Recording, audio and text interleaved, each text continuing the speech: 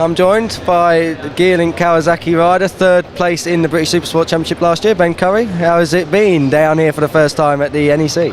Yeah, it's fantastic. I can't believe how big it is. It's amazing. You know, just to come down here, see the Kawasaki stand, the brand that we represent all year, and the big show up there with Whittam, and you know all the other manufacturers here is pretty impressive stuff. Do you think that being here is kind of making the off-season a little bit more bearable?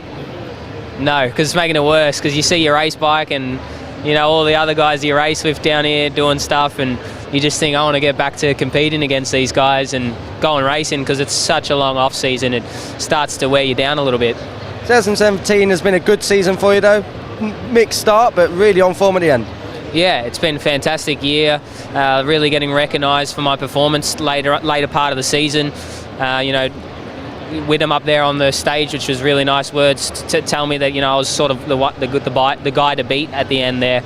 So I've never had that, you know, and to feel that and be that confident and ready for next season, and trying to concentrate, Andrew Irwin trying to ruin this video like a sorry about that. Yeah, see you, Andrew. See you, buddy. Yeah, no, it's fantastic to get that recognition and move into next season pretty confident.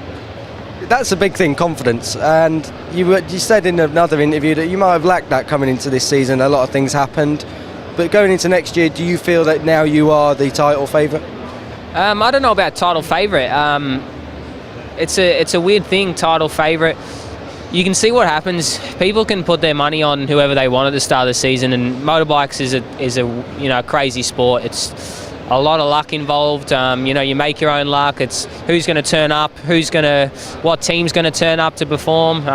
There's a load of key factors involved into becoming a champion. So, you know, if I'm labelled as title favourite, then you know that's great. But I'm just going to put that aside really and focus on what I'm doing, because the job's not over until it's over, and you can be title favourite at the start of the year and finish 5th in the championship. So for me, I don't want to be a title favourite. I just want to be regarded as, you know, a strong contender.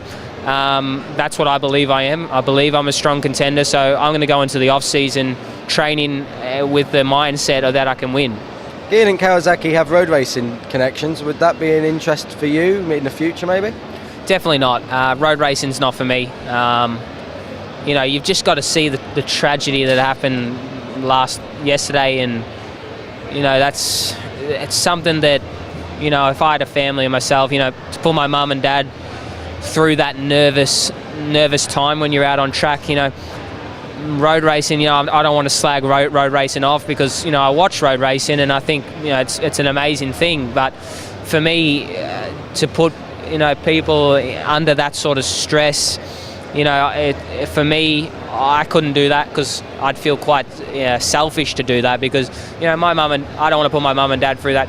You know, even if you don't make a mistake and you believe you don't make a mistake, mechanical things can happen. There's lots of things out of your hands that can really, you know, be quite a fatal thing, you know, and I've seen it the time I've been over here in the UK, I've seen it happen far too many times, and to see the effect on you know the riders in the championship, or the community, you couldn't imagine what it puts on their family and stuff like that. So I don't want to do that. I don't want to put my family, friends and people involved with me through that.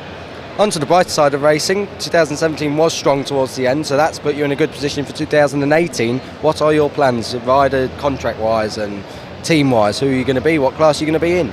I'm hoping I'll be in Supersport next season. At the minute, that is probably the best scenario for me. I hope I can tie my deal up with Michael and Norma. You know, at the minute, we're not worrying about what's happening for next year. I'm pretty comfortable with me. I'm just going to go about my business. I let Michael and Norma go and sort their business out. You know, I just want to send all my regards to them, going through quite a tough time at the moment, and I really hope, I'm praying, fingers crossed, that everything gets sorted out quickly as possible for them, and we can move into the next season happy, everyone healthy, and keep continued doing the fantastic job that we were doing at the end of the season. Whatever bike you are on, or whatever team you end up with, do you think that you could be a title winner? Yeah, 100%. Like I said, you can call me title favourite or whatever, and I know I can do it. I can win the championship if everything goes to plan. But, so I'm going to go into the off-season thinking, yes, I can win. So what have I got to do that? And then I just got to tick the boxes. And then hopefully at the end of the next season, this time next year, I'm the champion. And what would you say finally to everyone watching around the world, particularly Australia? Obviously, you must have a fan base over there. What could I say? It's been fantastic, the people that support me, through thick and thin, not just at the good times, that the people that have been there from day one. My girlfriend, she's been there from day one when no one knew who I was. In a lot of people's eyes, I wasn't even Australian because no one knew me. So, people like her family that support me, close-knitted friends up north in North Wales that support me all the time. Obviously, my mum and dad that support me, all those people that have been there from day one. Just want to say a huge thank you, most of all. And the people that are coming on board to support me, I can't thank you guys enough. And, to get that recognition and get that support means a lot. So, and the people that want to support me, I'm here with open arms. Ben, thanks for joining us. Thanks a lot.